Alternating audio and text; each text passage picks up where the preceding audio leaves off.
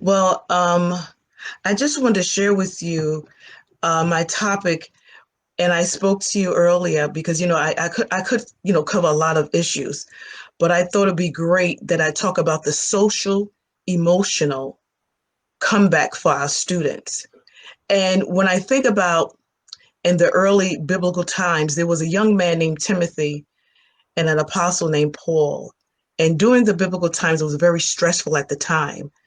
And Paul looked at Timothy and he told him, he said, God has not given you a spirit of fear, but of love, power, and a sound mind. God has given you three things: love, power, and a sound mind. And when I read sound mind, I thought about the social emotional part of our children. And I just have a couple of things I want to share. There's a word that's called doom strolling. There's a new word. And it means that we get ready for bed, we cut off the lights, we grab our cell phone, and we start scrolling, looking at things, looking at the news, looking at things about COVID. And what it does, it brings on anxiety.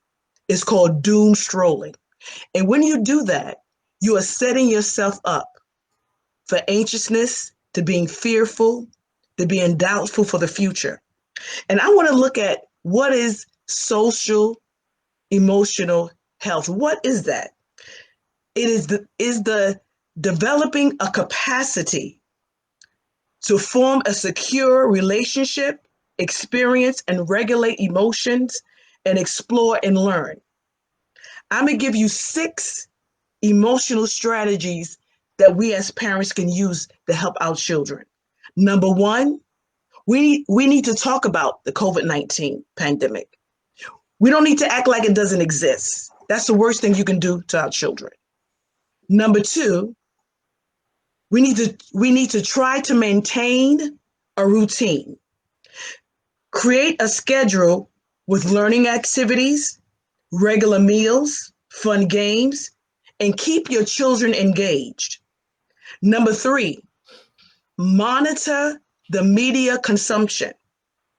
Children are listening. Our children are listening when we think they're not listening. Make sure you monitor that. Encourage your child to try something new and interesting. Sometimes our children are on playing games all day. Sometimes we need to do something and teach them something totally different than what they're used to dealing with, or what they're used to playing with, or what they're used to reading. Let them read about something new, a new topic, learn a new language. Number 5, maintain family and other social ties. It may mean connecting with your family on FaceTime. You probably can't connect with grandma right now because of the social situation, but connecting on FaceTime. And number 6, be a role model as a parent. And I'm gonna tell you how you can do that. If you're anxious, your child is anxious. If you're nervous, your child is nervous. There are 6 stressful reactions that our children are going to have that we need to watch out for. The feeling of stress, the feeling of being overwhelmed, the feeling of being frustrated and angry, and the feeling of being agitated. We need to watch out for those things. And when we see those things, make sure we deal with them.